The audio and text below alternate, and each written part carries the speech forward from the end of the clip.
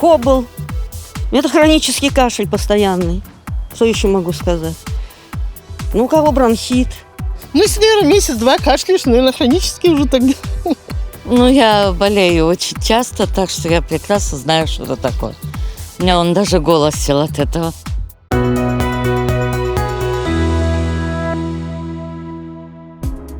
Здоровый человек не может не кашлять, это врожденный рефлекс. Таким образом, организм избавляется от мешающих ему элементов – частиц грязи, пыли, табачного дыма, химических веществ. Однако в некоторых случаях, когда от инородного агента избавиться не удается или возникают патологии, он становится постоянным. Существуют строгие критерии, которые наталкивают на то, что кашель хронический. Это кашель, который длится больше, чем 8 недель. Потому что обычный кашель после обычной перенесенной инфекции, он длится обычно неделю, 3 недельки, дальше он проходит самостоятельно. Но если к нам попадает пациент, который уже ходит к нам, уже 8 недель, как он кашляет, мы начинаем копать немножко глубже и понимать, что же с ним не так. Довольно часто установить причину хронического кашля бывает трудно. Наиболее частые причины, провоцирующие хронический кашель, являются такие заболевания, как бронхиальная астма, гастроэзофагеальный рефлюкс, хронический ринит, хроническая обструктивная болезнь легких, туберкулез и онкология. В первую очередь, конечно же, мы должны собрать анамнез, то есть понять, может быть, какой-то провоцирующий фактор вмешался в эту ситуацию, может быть, у него вредное производство.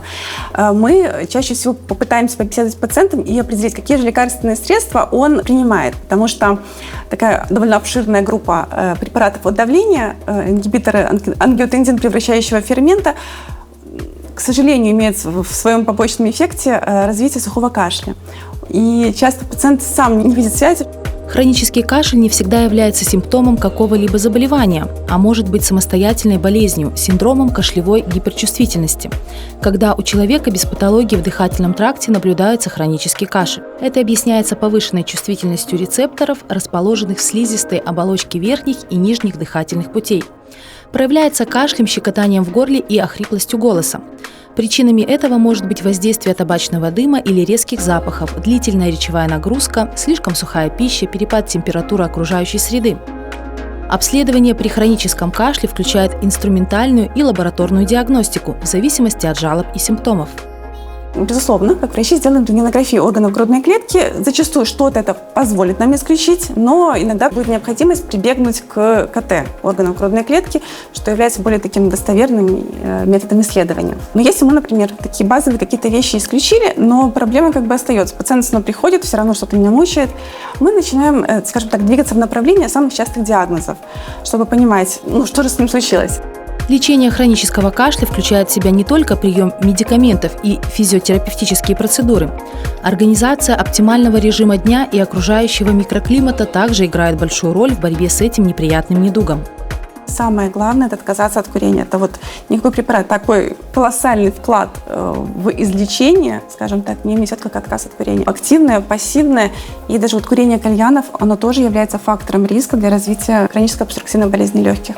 Хронический кашель способен не только существенно ухудшить качество жизни человека, но и является симптомом серьезных заболеваний, которые при отсутствии лечения могут привести к нетрудоспособности и даже смерти.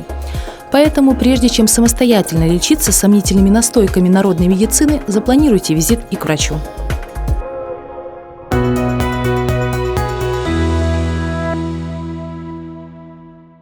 Пациентам с хроническим кашлем мы не даем каких-то строгих рекомендаций по диете.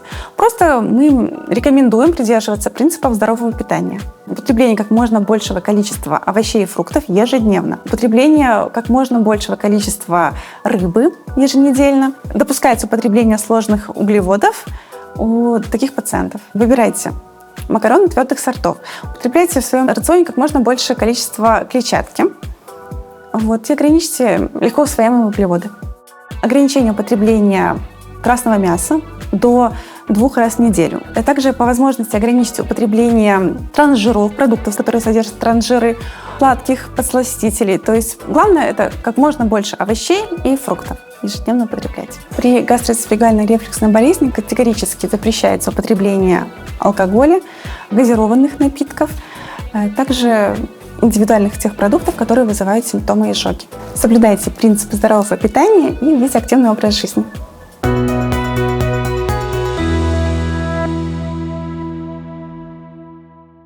Лечебная физкультура для пациентов с хроническим кашлем назначается с целью улучшения функции внешнего дыхания и как общеукрепляющие для организма.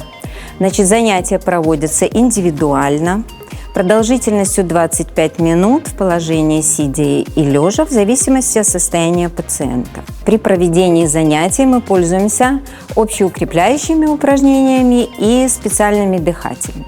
Общеукрепляющие упражнения усиливают внешнюю функцию дыхания, а специальные дыхательные способствуют углублению вдоха или выдоха. Усилению функции выдоха – это или наклон головы вперед, или наклоны корпуса вправо-влево, или сгибание в пояснице, или подъем ног.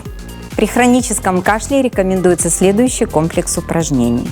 Динамические в движении, то есть, начинаем первое упражнение, отводим руку в сторону, делаем вдох на раз-два, руку, одну правую руку в сторону, вдох на раз-два, наклоняемся вниз, опускаем, выдох, раз, два, три, четыре, удлиненный выдох. Нормальное самочувствие, хорошо. Пациентам после прохождения нашего курса лечебной физкультуры мы рекомендуем продолжать занятия дыхательной гимнастикой 2 раза в день. Утром это обязательно как утренняя гигиеническая гимнастика, комплекс.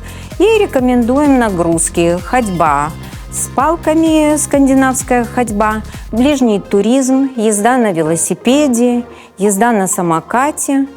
Ведите здоровый образ жизни, дышите полной грудью и не забывайте про здоровье.